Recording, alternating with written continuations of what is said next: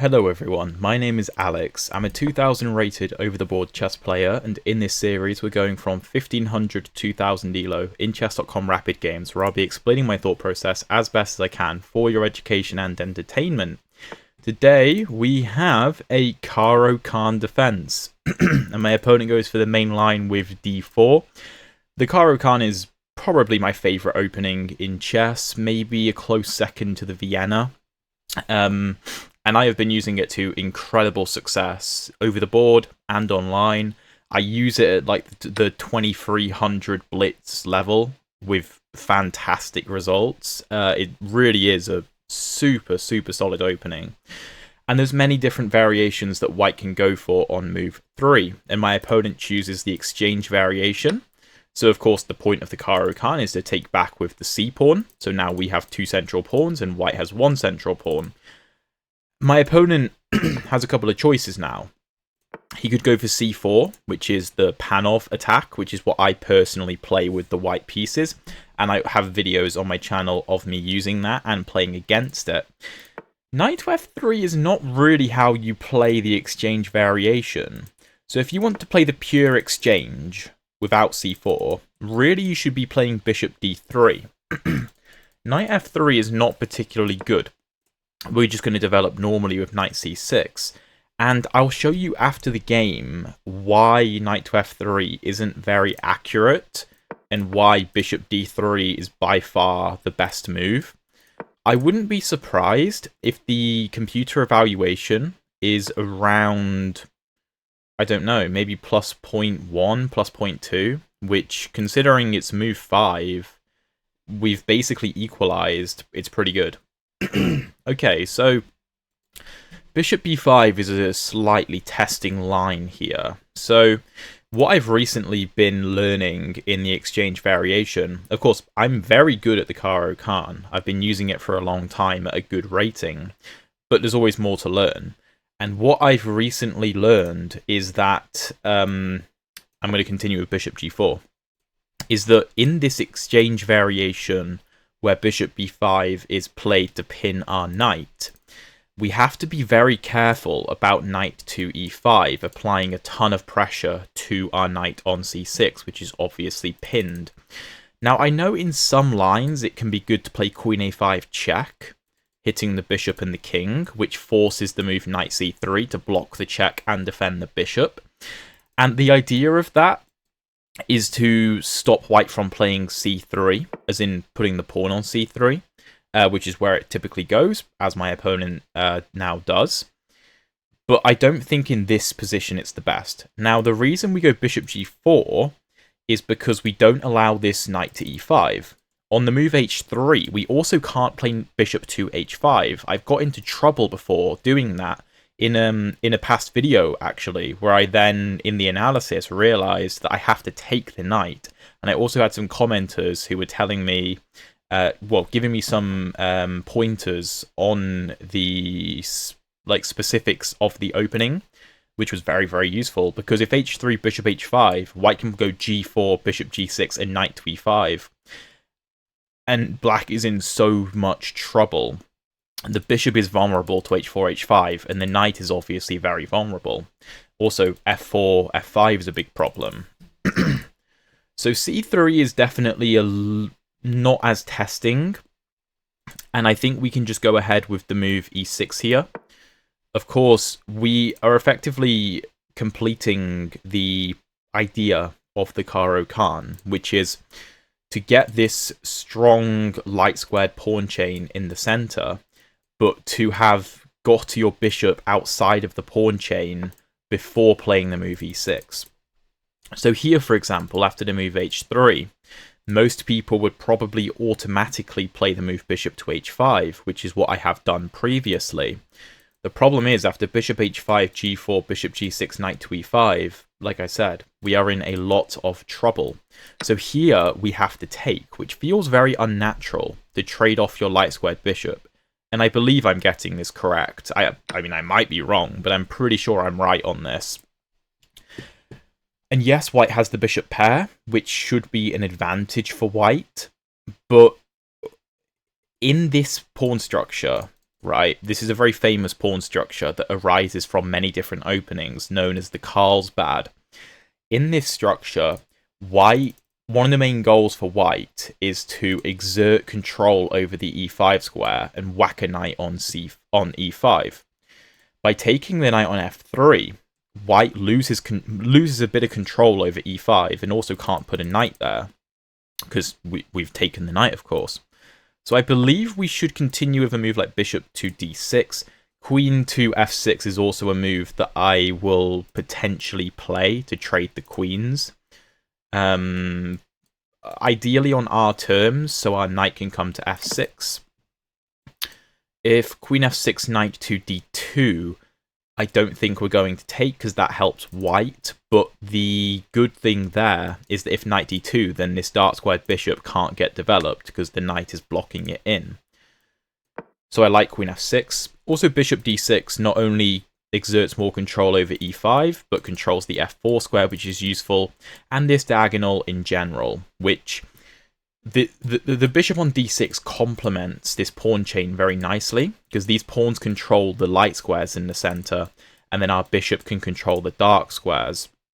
Because if you have light squares in the center, like your pawns on light squares in the center, your dark squared bishop is typically considered your good bishop, and vice versa. So for white, his light squared bishop on d3 would be considered his good bishop. Okay, that's really strange. That's really strange. Queen d3. I don't actually understand the point of that move. I mean, to me, the obvious response is just knight to e7 followed by castles. I don't really see a reason not to play that. It's unclear how white's going to develop because his bishop doesn't really have a good square. Unless his idea is to play c4 to try to blast open our center. But I'm not really concerned about that, because all c4 seems to do is weaken his d4 pawn, which will become an isolated pawn, most likely. Or, well, if this pawn trades itself off, and if c5 is played, then it's a backwards pawn, and it's still very vulnerable. And it will probably force white to play the move bishop to e3 to support the d4 pawn. And the bishop on e3 is often very suboptimal in these positions, just because it's not very active. So although here white does have the bishop pair, which typically should mean that white is better, it's unclear how he utilizes the bishop pair. Now I'm looking at the position a little bit more. I'm thinking his plan might be bishop a4, bishop c2 to create this battery with the queen. But I mean, it's really not concerning. I could play a move like g6 if I absolutely have to, but more likely is just a move like knight f5 or knight g6 just to block this diagonal. Or even queen g6 trying to get a queen trade. Maybe if we have to. Blocking that battery is not going to be very difficult at all. And it feels like a very slow plan to, you know, be shuffling the queen over and then bringing this bishop back. Of course, if we play a6, we encourage him to do that, so I'm not going to play a6. I'm just going to get castled. So I assume he wants to put the knight on f3. You may be tempted to play the move queen to f4 here, because the knight blocks the bishop scope on f4 and we threaten checkmate. But if we play queen f4, then still knight to f3. Our queen's under attack, the knight defends h2. We have to retreat the queen, and we've wasted time. So knight to f3. This is fine because we have incredibly good control over the e5 square, so this knight is not coming to e5 anytime soon. I like the look of knight g6, preparing knight to f4, because f4 is often a very useful square in these positions. I also like the look of the move rook to c8, just supporting the knight, so that if I move this knight, then I don't have to take back with the pawn. But then again, I think if bishop takes, I probably do want to take back with the pawn, because then I can play the move c5. And if my opponent, let's say knight g6, bishop c6, bc6, and b4, stopping the move c5, then after a5, white will be forced to play b5 anyway, because a3 doesn't work, because we have pins on the a file. So if knight g6, bishop c6, bc6, b4, a5, b5, then I think probably just take. Is that good? Or do we instead push c5? But that does give him a passed pawn. Although if we play take, then the c3 pawn is insanely weak. So we probably do trade. Yeah, probably. Let's play knight. Oh, did we want to put the knight on f5?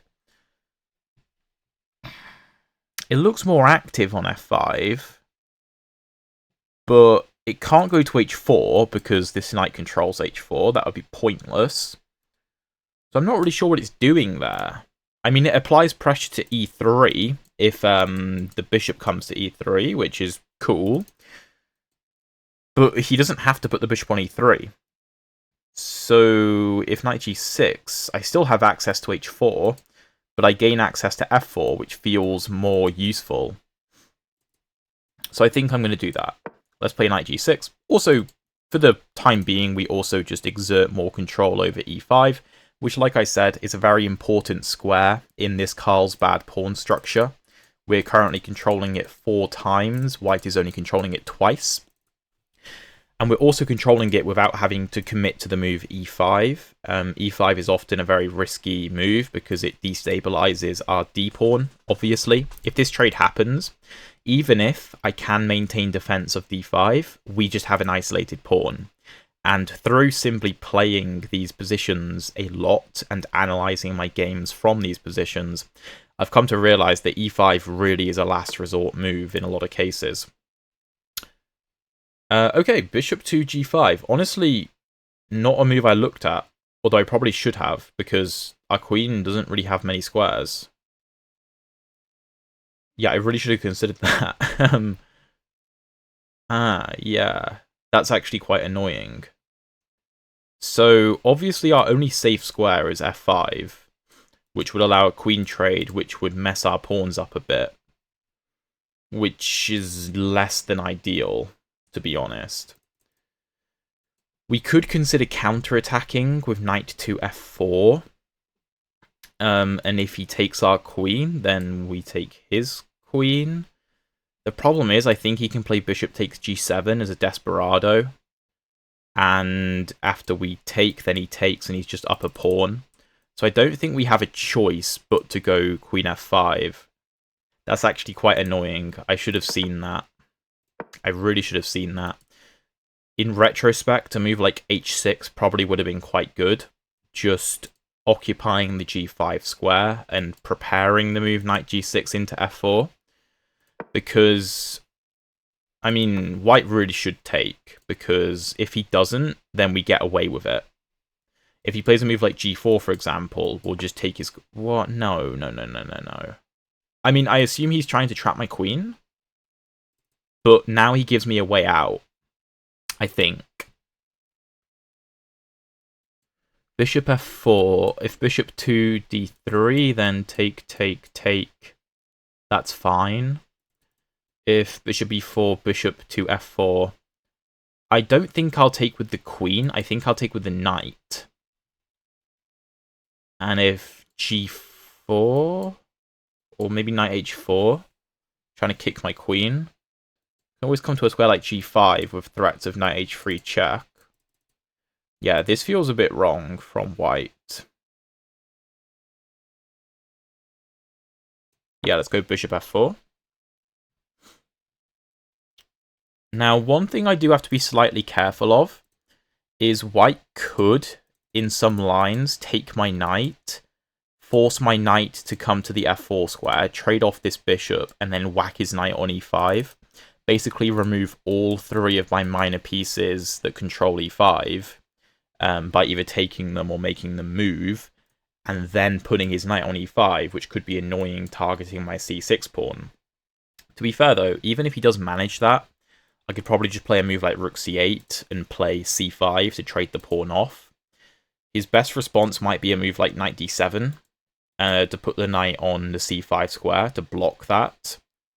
Even if he does achieve that, I don't think it's the end of the world. I don't think it's that big a deal. because we can always just switch to using the B file, and white has no easy access to our C pawn. So I think that's okay.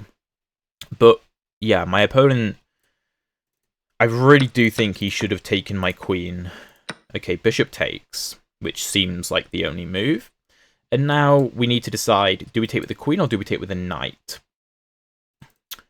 So if we take with the knight, we actually have an immediate threat of knight h3, gh3, and queen f3, which is quite nice. Knight f4 also stops bishop to d3, because we, of course, just control that square too well. That looks pretty good. If a move like g4, I don't think we can play knight h3 in that line. Oh no, we can. Then we can take on g4. Yeah. So I think knight takes makes the most sense. So effectively, we have eventually executed the plan of putting the knight on f4, which is what I wanted to do the whole time. Except I should have done it in a bit of a slower manner by preparing it first with a move like h6 and then going knight g6. Or even playing bishop f4, maybe, just to stop bishop g5. And if we trade, then cool. And if not, then we can play knight g6 and get a similar situation to what we have now, which I think is very good for us. Definitely misplayed the position slightly. I really do think my opponent should have traded queens with me. Okay, I wasn't too concerned about this move, because I thought I had queen to g5.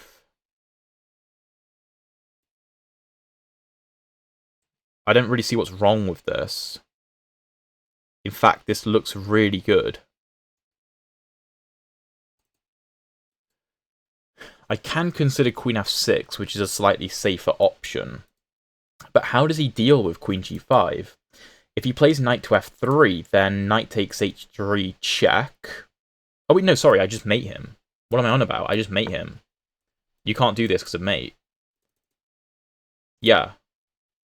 Okay, so you can't move the knight. So what does that leave you with? Well, I'm threatening knight takes h3, which wins the queen. Even if you defend the queen, so let's say you play a move like rook a to d1, well then I just win your knight. So you have to defend the knight. But if you defend the knight, then knight h3 and I win the queen. And again, you can't save the knight and defend the queen because you get mated. So this just looks like it's game over. By the way, if you're enjoying the video so far, please drop a like and subscribe if you haven't already. I'd really appreciate it. Yeah, this just looks completely lost for white. Knight to h4 was over ambitious. Okay, queen e3 doesn't stop this though. Maybe his idea is g3 with a fork, but after just knight takes. King here. Maybe he can save the position. I don't think... worst case, I'll be up a pawn in an endgame with a better pawn structure. That's the worst case. g3 has to be played. Gotta be played. Knight h3. King g2. Queen g4. Maybe. Something like f3, knight f4. Queen f4, gf4. White has doubled isolated f-pawns, and we are up a pawn, and we trade the queens. And we just in a completely winning endgame, I think. Something like g6, h5, we restrict the light squares, looks pretty good. Now, can we instead... No, because then he just takes anyway. So I think we have to take here.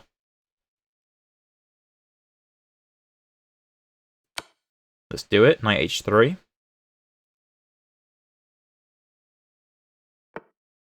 King g2. Now we could just return. Although we could just bring the king back. Of course, he's threatening to take our queen. If we play queen g5, then he takes our knight and we take his queen and he takes our queen. And we're up a pawn, but his pawn structure is actually quite good. And e4 is on the way. So I think queen g4 is better.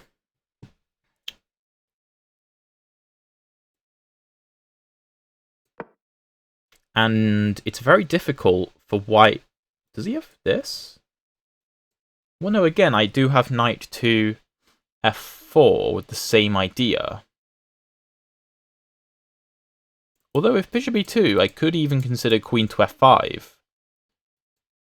g4, then I have check, king... yeah, so f3 is what I was expecting. So I think I have to give the knight away now. Let me just check I'm not missing anything, but I think I have to give the knight back. Oh wait, no I don't.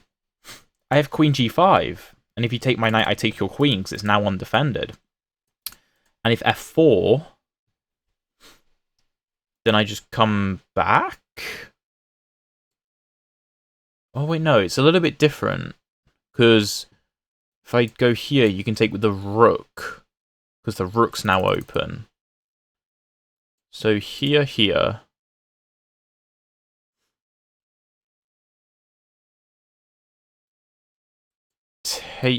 Take. I don't like that, because it feels like we're getting attacked quite viciously there.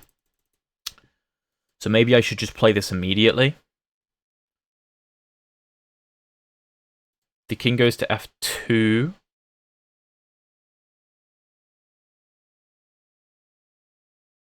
Probably queen g5 and we just trade, I suppose.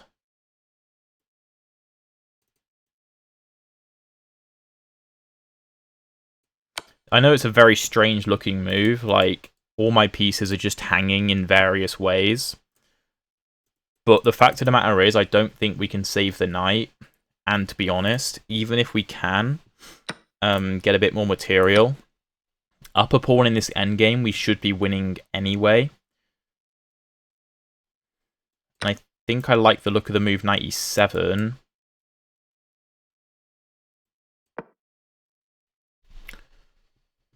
Because f5 is a move I want to stop. I can also play g6 to stop that. I can also play a move like h5, like I mentioned previously, to control all the light squares. And, you know, this is an endgame where we're up one single pawn. However, although it's only one pawn, white's pawn structure is horrific. So it's almost like we're up two pawns, especially if I can stop these pawns from advancing, which is what knight e7 is intended to do. Then it is like we're up two pawns. If I play a lazy move here, like a6, then I'm slightly concerned about something like take and f5, trying to trade off the pawn in a way that ruins my structure. Really? Okay, I think g6 makes sense. Just exerting even more control over f5, preparing h5, also preparing king g7, rook h8, potentially. I just need to lock down the position, and then I can start some kind of queenside attack to open up some lines for my rooks. Yeah, let's go king g7. I assume he's going to double rooks, and then I'm going to play h5. And then I can bring the rook over if I need to. Most importantly, I have so much control over f5 that my opponent can never play f5 himself. I'm just trying to suck any like counterplay that my opponent might have out of the position. It's kind of a style of chess that I really like, where although there might be slightly better moves in these positions, like maybe the computer wants to start the pawn storm immediately, personally, I prefer to just play in a way that takes any chances white might have away, right? And this is the setup that I want to do that.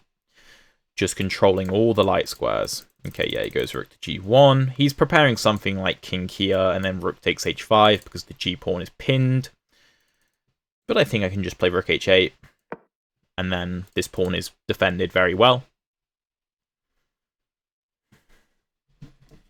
I also want to be slightly careful about playing knight to f5, which is the reason I'm not playing it, because if bishop d3, bishop f5, and ef5, then my d-pawn is isolated. Then my opponent can do something like bring a rook to e5, and I can't really take it because it would fix his structure. So that's why I'm not playing knight f5. My knight is perfectly fine on e7. Okay. Bishop d3. Yeah, like I said, I'm not playing this. That feels silly. King f6 is an interesting move. Just bringing the king slightly closer. Also taking it off of the g file. Can't be a bad thing. And just increasing control over f5. The king is not vulnerable to the rooks or the bishop. Obviously, it's on a dark square, so it's not vulnerable to the bishop. And the rooks can't get on the f file because the pawns are in the way. So I like the king on f6. Knight f5 is slightly more viable now, because if bishop takes, I can take with the king and put the king back on f6 if I want to. But I think it makes more sense to start advancing the queenside pawns, because I want to play b4 to open up some lines. Like I said, I think this structure should do a very good job at keeping the white pieces at bay.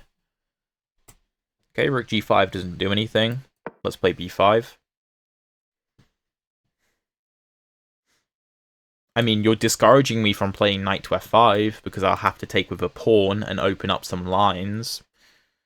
But I have no intention of playing knight to f5. I like my knight just defending everything, and on a very safe square, because it's on a dark square like my king. It can't be accessed by white's pieces. And now, just something like, I don't know, rook here, and rook to b8 and b4 looks pretty strong. Even just bringing this rook over and playing b4 looks good. But I think it's slightly better to do it. Can I do this? I mean, he has no sacrifices, does he? If he plays f4, then I'll just take, and he has nothing. So let's bring the rook over.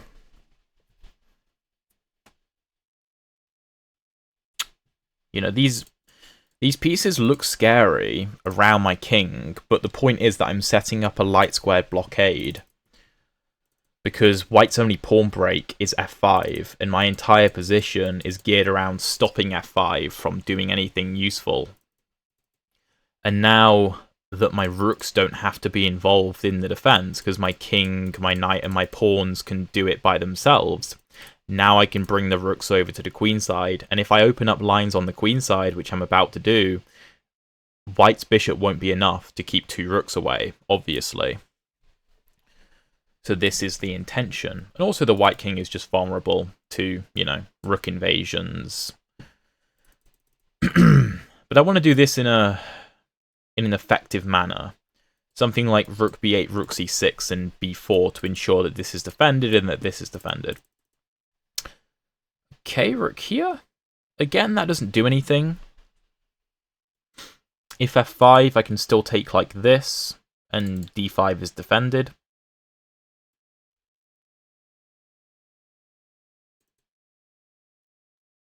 I could play rook b8, a5, b4. I of course could play knight c6, but I see no reason.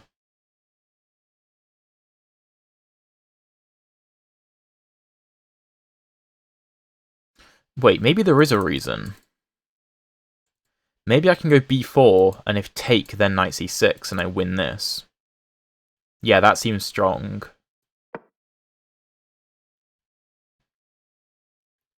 Yeah, that's good. That's good. Of course he can't let me take. He has to take the pawn. And my point is that after he takes, which he has to do, then I will play knight c6, attacking his rook. And after the rook moves, he will have to go to a square where he can't see d5 after f5 is played. Because either he has to move to like c2, somewhere on the e file, and then if f5 take, the rook obviously can't see d5. And if something like take knight c6, rook g5, and let's say I take, then after f5 take, the rook obviously can't see d5 because my f pawn is in the way.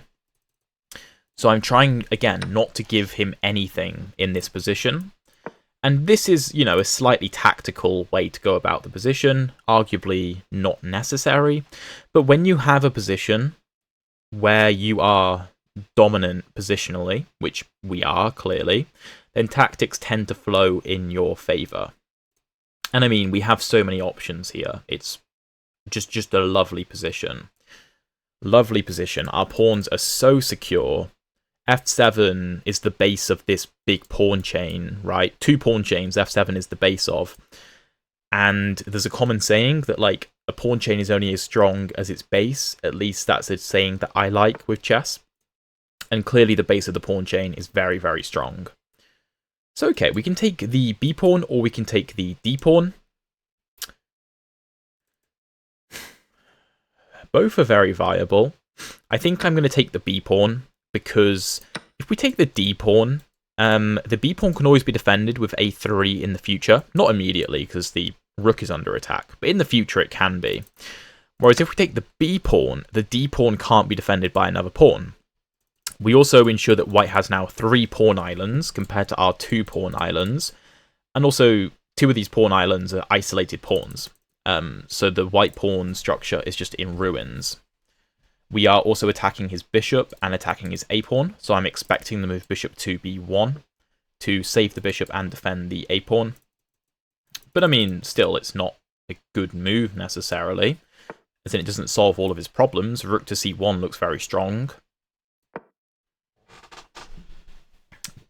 And the bishop doesn't really have many squares. Because of the way that our pawns are structured here, alongside our knight, we are occupying basically every single square this bishop can go to. So the only move looks to be rook to e1, right? Where I'm just going to play rook a to c8, I think. Or do I want to play that? Do I want to take? Because if rook a c8, rook h1... I mean, I'm winning, obviously. So I'm like, take. Rook c4. King e3. Well, then I can trade, which should be winning. I have to be aware that white has a 2-on-1 on the queen side, though. I think I should trade 1 pair of rooks, just because in rook endgames, normally it's easier to win if you're like 1 pawn up, if only 1 pair of rooks are on the board compared to 2 pairs of rooks being on the board. Because 2 pairs of rooks can create more counterplay than just 1 rook. Like, you know, 2 rooks can keep checking a king, like, very easily compared to 1 rook, where the king can just march towards it and kick it away. Whereas with 2 rooks, they can defend each other and consistently check a king. So this seems better for me. Okay. Well, I think rook c4 is a no-brainer. Just attacking d4, which forces the move king e3. And then I like the look of the move knight to c2, checking the king and attacking d4, which forces white to take. And after rook takes, you have no way of defending the b-pawn. You just have no way of defending it. Your rook is also completely out of the game. It can't really create counterplay. So let's say rook a1, rook b2. I mean, I will happily trade these pawns off and get a 5 versus 3 where, I mean, I'm up 2 pawns, but not just that. The white pawns are horrific. And king f5 is going to be really annoying to deal with. Okay, interesting idea. I don't think it works, though. I mean, I guess the idea is rook d4, king to c3, kind of forking my pieces. But knight c6 just defends the rook. Or even just rook to d1, attacking the bishop. And if take. Maybe white has some play, actually. So I probably shouldn't allow that. I also should take this pawn. I should take that. And after king c3, just play knight c6.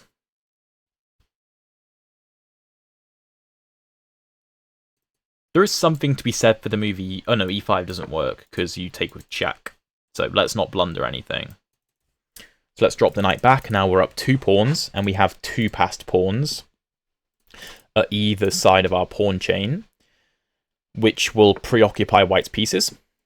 I think we should clearly play the move a5 here.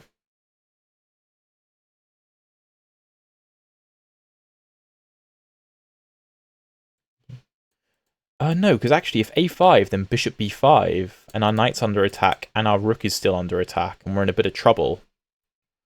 So maybe not. Ooh, that's a good move. It's a good move.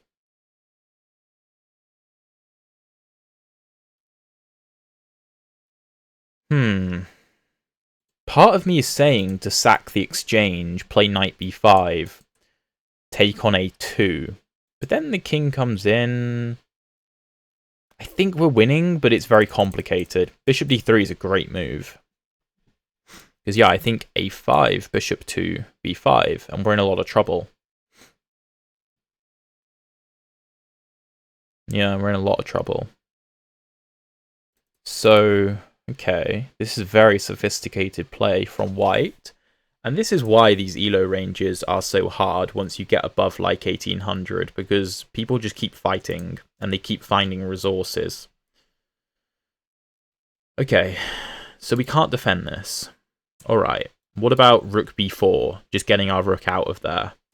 Well, of course, we want to play a5.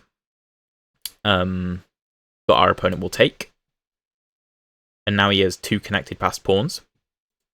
d3 check. Sorry, d4 check, king d3.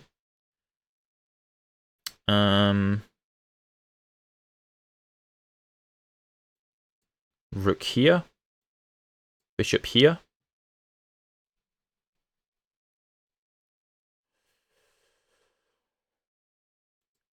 King f5. I think we should have enough play there.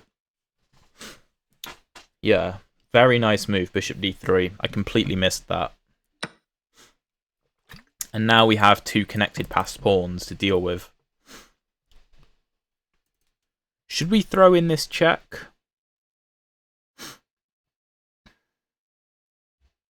I think we should. It feels right.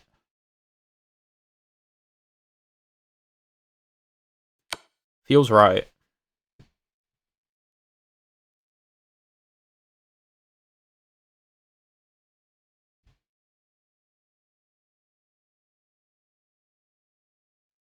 I mean, if the king goes back to a square like c2, I think that's good for us. Okay, yeah, d2 is better because we don't have threats of knight to b4. Okay. e5 is interesting, trying to get the knight to e5.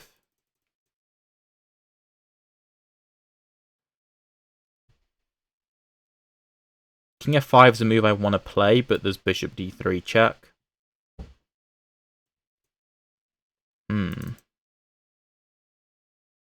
Maybe knight e7, knight d5, or knight f5 is good. These pawns are very concerning, though. Rook b6, bishop to d3, knight to b4, bishop to b1.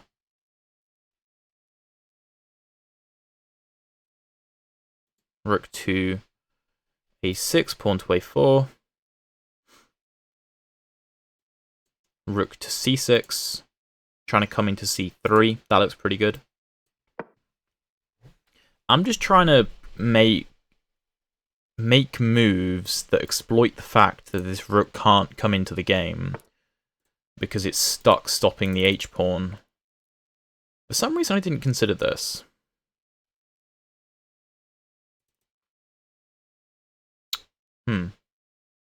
Okay.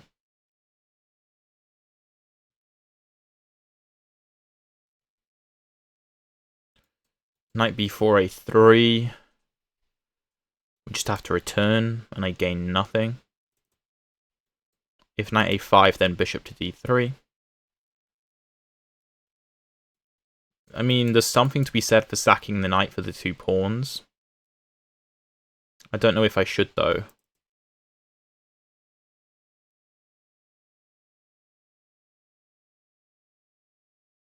It's a tough one. I'm going to go for it. I like knight a5 because I think the endgame should be winning. I think it should be winning simply because the white pawns are so weak. Okay, I didn't even consider that move. If I take... Well, if king takes...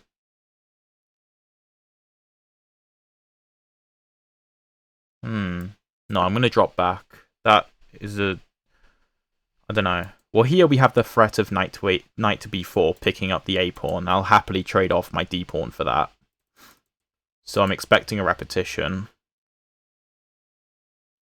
And then we have to figure something else out. Or that. Or that.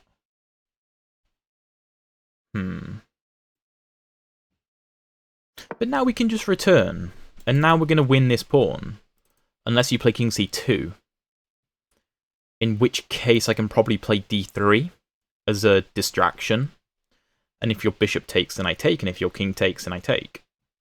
And then with only an a-pawn by itself, it's far less scary to deal with. The problem is when it's connected past pawns. That's what's scary. Okay, he takes.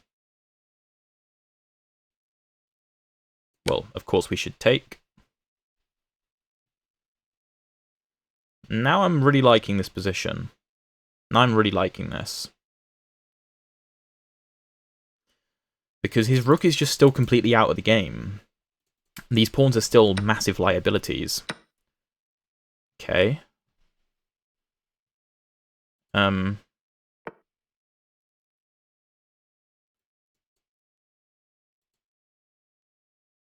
Take here. Okay, interesting.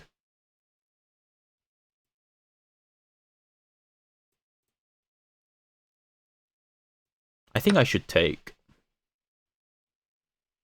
Feels correct. And then just get behind the pawn.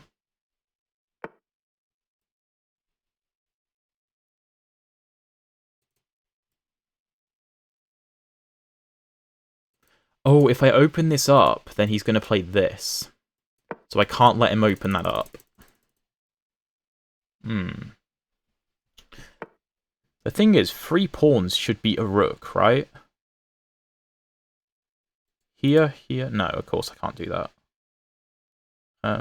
Here, then here. No.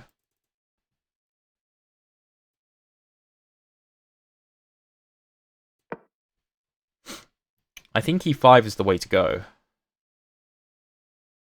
Because like I said, 3 pawns has to beat a rook. Especially if this king is over in the corner. Right? My opponent is making this difficult for me, for sure. Which is, you know, why 1800 and above chess is very, very hard. But it's just not going to be enough, is it? It's just not enough. These pawns are going to march forward.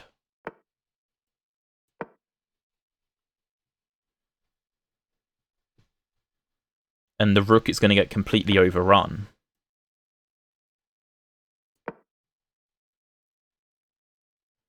Your rook can't move in a way that blocks either.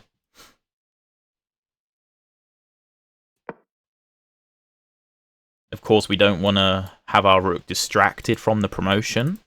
Our rook is going to sacrifice itself for the pawn. That's inevitable. But it's irrelevant. It just doesn't matter. Because it's not important. The point is that it's king in 3 pawns versus a rook, because this king is completely out of the game. And now, I mean, you just can't stop the promotion. This rook will have to sack itself for the f-pawn, and then it's just 2 pawns versus nothing. The king is out of the game anyway, the white king. That was a very interesting game. Very interesting, but after king here, the game is as good as done. As good as done. We can promote. You will have to sack the rook. And then I will just run the a-pawn down the board. Sorry, the h-pawn down the board. And then, obviously, I know how to checkmate with a king and a queen. So, yeah, not too difficult. Bit rude of my opponent not to resign, maybe? Don't know if I'm the only one thinking that, but I can assure my opponent that I know how to checkmate with a king and a queen. I definitely know how to do that. Okay, and then we just give a check. Why is he playing on? I'm very confused. But whatever. It doesn't matter. It doesn't matter. It was a very, very interesting game. My opponent created some very good counterplay. But yeah, this pawn structure was just way too strong, and eventually we won because of the pawn majority over on the king side. So, super interesting game. I hope you guys enjoyed. Let's jump into the analysis and see what the computer has to say. Okay, so 83% accuracy for my opponent, 89.5 for us. Looks like we made one mistake all game, so I'll be very interested to see where that was. But alright, we start with a Caro, and we have the exchange variation. And as I said, I personally play c4 with the white pieces. It's the line that I use against the Caro. The pure exchange should really be played with bishop d3. And the idea is that you're stopping my light squared bishop from developing properly. Now, if I play knight to f6, preparing bishop g4, because it's now defended, one of the most annoying lines to face is h3, stopping this. And although the computer thinks this is alright for black, it's very difficult to play. It's not a fun position. So personally, I've been recently learning this line with the black pieces, which is very interesting, and I'd recommend watching Alex Banzea to learn more about it, because I'm not an expert in it yet. But we don't get an opportunity to showcase that, because knight to f3, we go knight c6, bishop b5, and here actually the game is dead equal. Dead equal. Now bishop g4 the engine doesn't love. It prefers queen a5 check, which I mentioned, and then bishop g4. Why? Let's say castles. What's the point? e6, h3, take, knight f6, bishop g5, bishop e7. I guess we're just going to get castled and have a very easy game. And if my opponent takes, then we're just having a good time, I guess. Yeah, I suppose. Like c3, c5, this is just better for us, apparently. I guess we just have better central control. Bishop g4, though. c3, e6, h3. And apparently you can go for this. What? I thought you couldn't. Okay. Normally you can't do this. Why is this different? What's wrong with h4, for example? Okay, the bishop is hanging.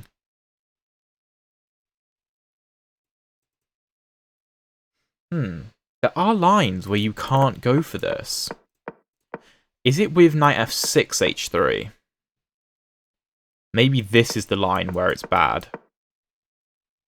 I think I might have gotten myself into this position before and been rather uncomfortable.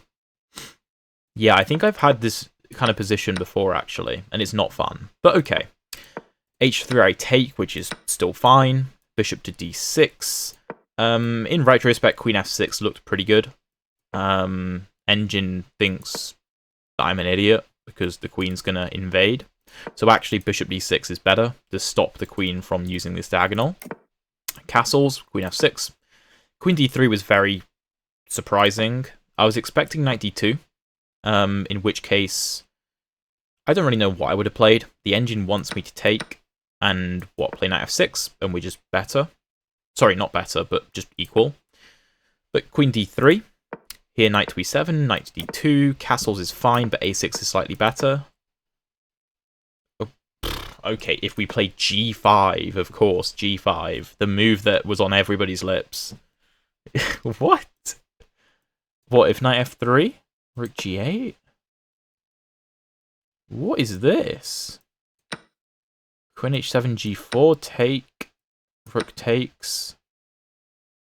Wow, I guess we just castle and bring the rook over and we just have a very nice position. I castled. Knight f3. Yeah, here I think h6 was an easier option. Yeah. It's not the engine's favourite move, but it likes it. I probably should have gone for this. Instead I played knight g6 and I completely missed bishop g5. Queen f5 is the only move. The problem with knight f5 is here, and I thought bishop g7, and I'm correct. This is bad. We're just down a clean pawn, and it's the only way for white to get an advantage in that line. So queen f5, and here I was just baffled that white didn't take. I thought this was clearly better. We're not losing, but we have an inferior pawn structure. It would be okay if we could put a knight on e4, but we can't, because our knights have this kind of relationship with the e4 square, where it would take them, like, 1, 2, 3, 4 moves to get there, for both of them. Like, 1, 2, 3, 4, let's say. So it's going to take forever. It's not good enough. So, but queen d2 is surprising. I went bishop f4. Bishop f4, knight f4. And here, white has to find the move g3. And if I take, and then the knight's trapped. Okay, yeah, the knight just gets trapped. So I would have to play knight g6. And after king g2 defending, e5 is the best move, but I mean, there's a few other options, but white is better. Knight h4 is what my opponent played, though. And queen g5 is the only good response. And there's just way too many things going on. My opponent played queen e3, I took on h4, g3, knight h3, king g2, queen g4. This is all the best moves. f3... The engine thinks this is playable. But I was very scared of this position. So I'd calculated this. I know I'm up 2 pawns.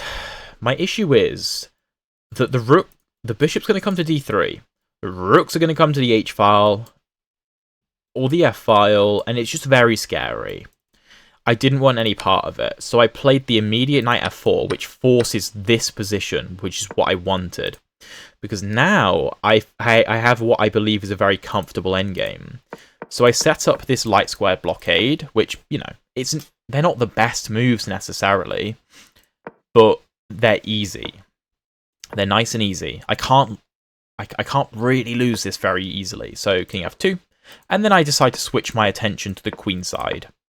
b4, c takes, knight c6, rook e2, knight b4. This is all the best. Rook c1, rook e1, take. This is all the best. Rook c8 is okay. King d2 is basically the only move. You have to stop me from coming in. Here rook c4 is not the best. Knight c6 is better, which feels very strange. And then rook b8, and if b3... then we just lock down the dark squares. Let's say the rook comes back. Oh, yeah, okay, that's interesting. That's interesting. I went rook c4, though. b3, we took king c3, and here... The engine likes this. I was concerned about king b4, rook b1, and king a5 ideas. And I saw rook b2, take. I saw all of this. But I just got a little bit concerned. In retrospect, I shouldn't have been, because I simply have a 5-on-2. And this pawn is going to take forever to get going. And I can just push, no? So I'm like rook b2. And if you take, then I take, and I just win. And if you bring the rook back, then I just take. Let's say rook d1, e5, it's game over. I went knight c6, though. And I missed bishop d3, which is clearly the best move. And I almost played a5. And I thought bishop b5 was... Oh, we have one move. We have one move to get out of this. Can you find the move that saves the game for black? I missed this. It's knight e7. And if king d4, knight f5, check. King c5, knight h4. And it looks like we're in a lot of trouble. But I guess we just push. And if the bishop comes back, knight e3, bishop h3, and then we push this. And the king is going to have to come back. And then our king goes back. Right, and what happens is the king is stuck trying to stop this. And if he pushes, I just bring my king to stop the advancing pawn. If it goes any further, I'll win it.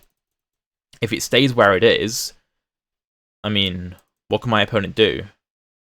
He's almost in Zugzwang. He basically just has to give me his pawns. If he moves his bishop, then I'll take and promote. Wow. I didn't see that. I played rook b4, which is the second best move. Bishop a6. And by the way, if I don't find knight e7, right? So let's say I play a5, bishop b5, and I don't find knight e7. The second best option is just to give the knight up. And do this. And this is winning. If white trades the rooks, but he doesn't have to trade the rooks. It's not obvious how to win this. The engine suggests giving up the h-pawn to force a trade of rooks. I don't know if I would have found that. I gave up the a-pawn. d4 check is inaccurate. King e7 is better. King d2. Rook b6 is best. Bishop c4. Knight a5 is not that good. My intention was on bishop to d3 to take on b3. I thought this was interesting. If anyone wins this, it's black, but white can hold. I suppose the problem is there's not really an obvious way in. I mean, how do I actually do anything? I thought I might have interesting play on the second rank, but no, it's not actually that obvious. My opponent played king d3. I played knight c6. I thought maybe I can take king c4, rook d6, king d3. I saw this. King f5. I was just concerned about these pawns rolling. And I couldn't really figure out a way to stop them, but there is this. And this is fine. And then we basically get what we had in the game. But I went knight c6, a4, knight a5, and then I was just happy to trade everything because...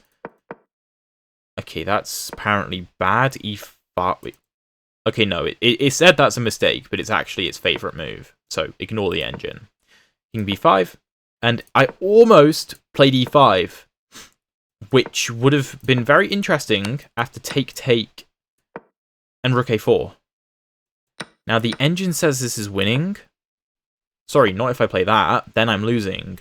But only because I can just get back in time. That's the only reason. I just get back in time. And of course, 3 pawns are going to march up. The king is going to have to go over here. I'm going to win the pawn and game over. But if I'm 1 tempo short, I'm losing. So let's say I waste 1 single tempo, it's game over. That's what I was concerned about. So I didn't play e5. I played king f5 to stop these ideas. King b6. Now e5, and now you don't have this because the king doesn't control a4. And then it's very simple. Although f5 is the... Okay, no, it's the best move, but there are other winning moves. But f5 is clearly the best, and we just push the f-pawn, bring the king up. Of course, we take here. I'm not going to blunder something like... I don't even know how I blunder here. I can even just sack immediately and bring the king. Everything is winning. I could probably even give up the f-pawn. This is almost winning, although not quite. This is still winning. I can give away this and it doesn't matter, because the rook will sack itself for 1 pawn and the other will promote, because the king is so far away. But of course I don't need to get involved in that. I can just win the rook and promote the other pawn, and demonstrate that I do in fact know how to checkmate with a king and a queen. That was a very interesting game. I hope you guys enjoyed. I hope you learned a lot, both from what I did well and what I didn't do so well. If you want to see another very interesting game in the Caro Kann Defense, check out the video up here. And if you want to see the previous episodes of the speedrun, check out the playlist down there. Thank you so much for watching. I'll see you in one of those videos.